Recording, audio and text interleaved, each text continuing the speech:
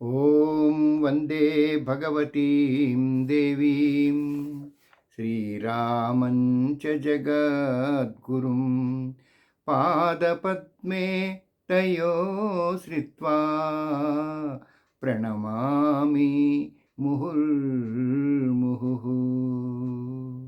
అస్మద్గురుభ్యో నమః. గాయత్రి పరివార్ పరిజనులకు, నా ఆత్మబంధువులందరికీ కూడా వేదమూర్తి తపోనిష్ట పండిత శ్రీరామశర్మ ఆచార్య ద్వారా మనకు అందించబడిన ఒక అత్యద్భుత వేద విజ్ఞాన సర్వస్వం కింద భావించగలిగే చిన్న కథల సమాహారమైన ప్రజ్ఞాపురాణం అనే అధ్యయన కార్యక్రమానికి స్వాగతం. ఈరోజు మనకి గురుదేవుల ద్వారా విశ్వాసరాహిత్యాన్ని, ప్రేమరాహిత్యాన్ని యుగ సమస్యలకు మూల కారణంగా పేర్కొనడం జరిగింది. ఈనాటి పరిస్థితులను మనకి అర్థమయ్యేలాగా శివపార్వతుల కథని ఒకదాన్ని ఉదాహరణగా గురుదేవులు మనకి తెలియజేశారు. ఒకనాడు పార్వతి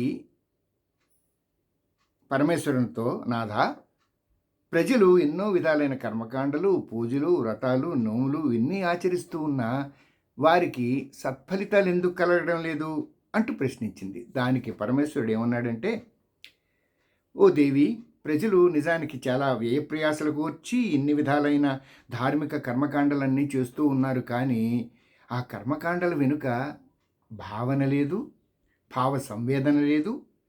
కర్మకాండల కళేబరాన్ని పట్టుకొని వేలాడుతున్నారే కానీ ఆత్మను పట్టుకోవడానికి మాత్రం ఏమాత్రం ప్రయత్నించడం లేదు. కావాలంటే నీ బిడ్డల్ని నువ్వే పరీక్షించి చూడు. నాకు వారిపై కోపం ఎందుకుంటుంది? వారు చేసుకున్న దానికి చేసుకున్నంతగా ఫలితాలను ప్రసాదిస్తూ ఉన్నాను. నీ బిడ్డలకు తగిన న్యాయం నేను చేయడం లేదని నీకు నా మీద అనుమానమైతే నీ కళ్ళతో నీవే చూద్దువు గాని పద అంటూ పార్వతిని పరమేశ్వరుడు భూమి మీదకి తీసుకొచ్చాడు. పార్వతి గొప్ప సౌందర్య రాశి అయిన సాధ్వి రూపాన్ని, శివుడు అసహ్యకరమైన ఒక కుష్ఠురోగి రూపాన్ని ధరించారు. ఒక దేవాలయం ముందు మెట్ల వద్ద పార్వతి తన భర్త యొక్క తలను ఒడిలో పెట్టుకొని కూర్చొనుంది.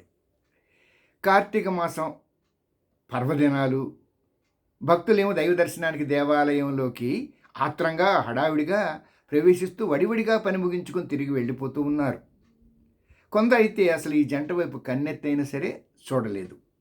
మరికొందరు భక్తాగ్రేసరులు, ఇలాంటి రోగితో ఏం కాపురం చేస్తావు, వదిలేయి అని పార్వతీమాతకి సలహా ఇచ్చారు.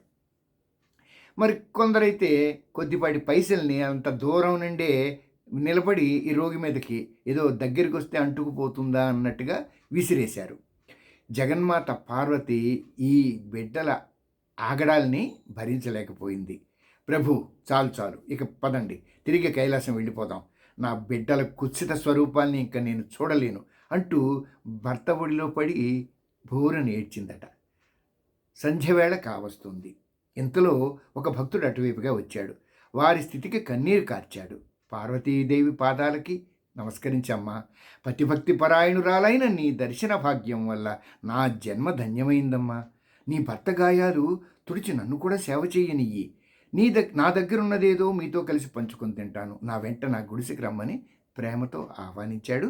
ఆ గాయాలను తుడిచి మందు రాసి కట్లు కట్టాడు.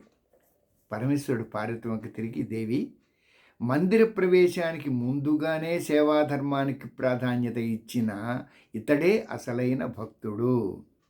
నీ నిజస్వరూపంతో దర్శనం ఇవ్వు అని అన్నాడు.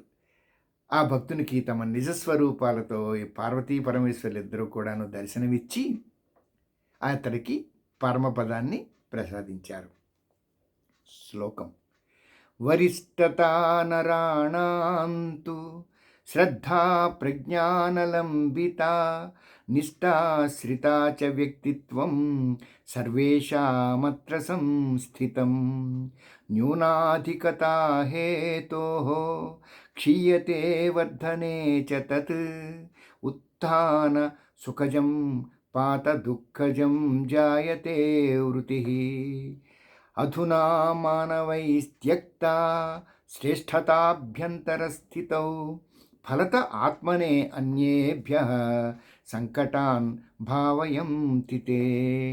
ఈ శ్లోకం యొక్క భావం ఏమిటంటే, మానవుని యొక్క శ్రేష్టత: 1 శ్రద్ధ అంటే సద్భావన, 2 ప్రజ్ఞ అంటే జ్ఞానం, 3 నిష్ఠ అంటే సత్కర్మ.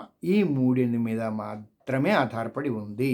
ఈ 3 జీవితంలో పెరిగితే సుఖాలు, తరిగితే దుఃఖాలు సంభవిస్తూ ఉంటాయి. ఈనాటి మానవుల అంతరంగాలు పరిశుద్ధంగా లేవు. అందుకే ఎటు చూసినా విపత్తులు, క్లేశాలు తాండవిస్తున్నాయి. వ్యక్తిత్వం అంటే శ్రద్ధ, ప్రజ్ఞ, నిష్ఠల యొక్క సమన్వయమే. అంతరంగం నుండి ప్రస్ఫుటితమయ్యే ఆదర్శాల పట్ల ప్రేమయే శ్రద్ధ. ఈ గంగోత్రి ద్వారా ప్రవహించే పవిత్రధారలే సజ్ఞానం, సత్కర్మతో కలిసి పతిత పావనైన గంగ యొక్క రూపాన్ని ధరిస్తుంది. ఈ 3 కలిసి వికసించినప్పుడే మానవుడు మహామానవుడవుతాడు. ఈ కలయికలో పతనం కనుక సంభవించిందంటే నికృష్ట జీవితం గడపక తప్పదు.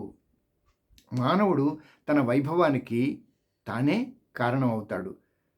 పురుషార్థం, బుద్ధిబలం, డబ్బు, కీర్తి ఇవి మాత్రమే అని భావిస్తుంటాడు. కానీ ఇది పూర్తిగా మిథ్య. వ్యక్తిత్వం యొక్క నిర్ధారణను అంతఃకరణ మాత్రమే నిర్ణయిస్తుంది. మనస్సు, శరీరం స్వామి భక్తులైన సేవకుల్లాగా అంతఃకరణ యొక్క ఆజ్ఞాపాలనకు ఎదురు చూస్తూ ఉంటాయి. ఔన్నత్యం, పతనం యొక్క భాగ్యరేఖలు అంతఃకరణలో లభించబడేవే కానీ నుదుటి మీద కానీ హస్తాల మీద కానీ రేఖల రూపంలో రాసి ఉండదు. అంతఃకరణలో సద్భావాలు మొలకెత్తనిదే సజ్ఞానం కానీ సదాచరణ కానీ ఎలా లభిస్తాయి? ఈ 3 ఒకదానికొకటి ముడిపడి ఉంటాయి. జీవితం ఆరంభంలో బాగా ఉన్న సద్భావాలు వృద్ధి చెందని నాడు సత్కర్మ భ్రష్టుపడుతుంది. అలా పతనం సంభవిస్తుంది. ఈనాడు చాలామంది ఈ స్థితిలోనే ఉన్నారంటూ గురుదేవులు మనకి ఈనాటి మన స్థితి గురించిన ఒక సమగ్రమైన అవగాహన కలిగేలా మనకి మన కళ్ళ ముందు ఆ స్థితి అంతా కూడాను ఉంచారు. కాబట్టి మనం అర్థం చేసుకొని ఇందులో మన పాత్ర ఏంటి, మన భాగస్వామ్యం ఏంటి, ఇంతకీ మనం ఏం చేస్తున్నాం అనే దాన్ని ఒక ఆత్మవిమర్శ చేసుకొని ఈ కథల ద్వారా లభించిన జ్ఞానాన్ని మనం మన జీవితంలో ఉపయోగించుకునేటట్లుగా ఒక ప్రయత్నం చేద్దాం. స్వస్తి ప్రజాభ్యः పరిపాలయంతాం న్యాయేన మార్గేణ మహీం మహిషాః గోబ్రాహ్మణేభ్యः శుభమస్తు నిత్యం లోకా సమస్తా సుఖినో భవంతు. సర్వే జనా సుఖినో భవంతు, సర్వే సన్మంగళాని సంతు, సర్వారిష్ట సుశాంతిర్భవతు. హరి ఓం. శ్రీ గురుభ్యో నమః. హరి ఓం.